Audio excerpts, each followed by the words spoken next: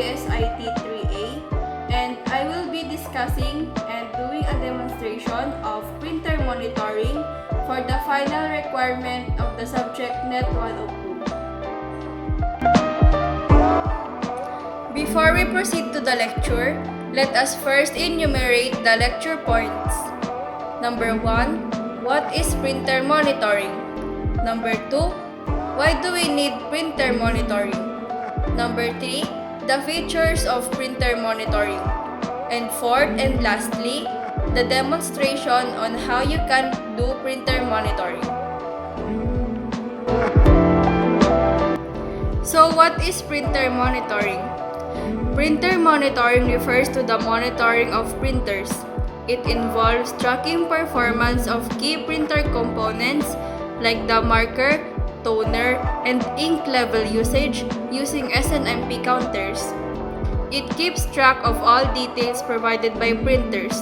Moreover, these details can be consolidated to present important information in a brief and clear form.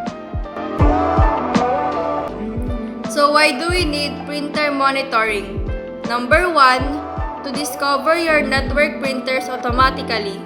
You can automatically discover the printers in your network and add them for monitoring. Number 2, to track custom metrics of your printer monitors.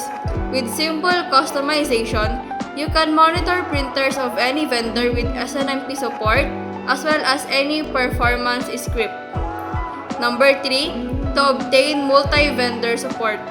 You can gain out-of-the-box support for vendors including HP, Epson, Canon, D-Link, Konica, Xerox, Dell, HBM, and RICOH with predefined templates for each of these vendors to make monitoring easy.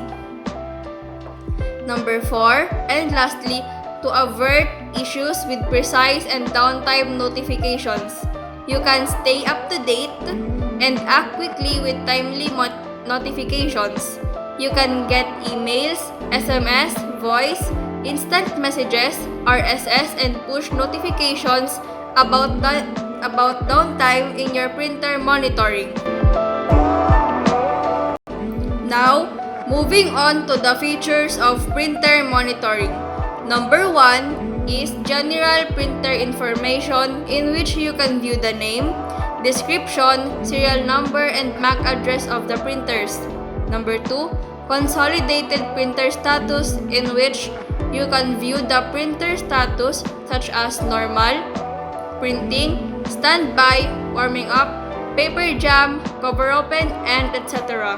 Number 3, alert code, in which you can see the code that describes the type of alert for the entry in the alert table of the printer. Number 4, number of pages printed, in which you can see how many pages have been printed using the printer. Number 5, cover status, in which you can see the estimated ink levels. Number 7, input current level, in which you can see the current capacity of the input subunit. Number 8, input status, in which you can see the status of the input subunit. Number 9 is marker supplies level, in which you can see the current level at which a marker supplies ink or toner to the printed surface. Number 10, output status, in which you can see the status of the output subunit. Number 11, output remaining capacity, in which you can see the current capacity of the output subunit. Number 12, and lastly, is toner level, in which you can see the estimated toner levels of the printer.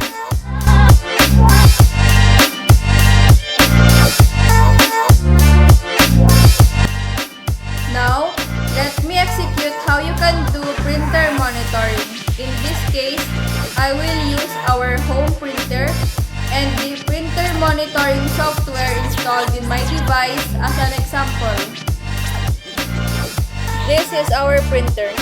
This is the HP Ink Tank 310. And this is the printer monitoring software that we use, the HP Printer Assistant. The HP Printer Assistant is a printer management software that installs with your Windows HP Print driver. With it, you can scan documents and photos, order supplies, check ink levels, and more. Now, let me showcase the HP Printer Assistant and its features.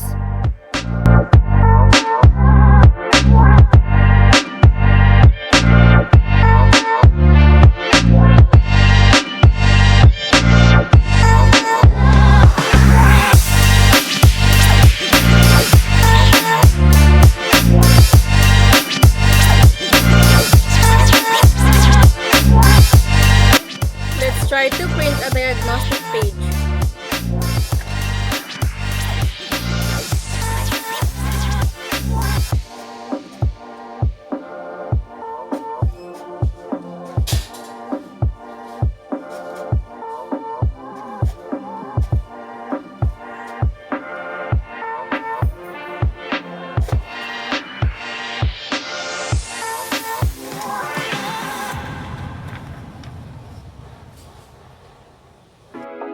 That would be all for today's video, and thank you for watching.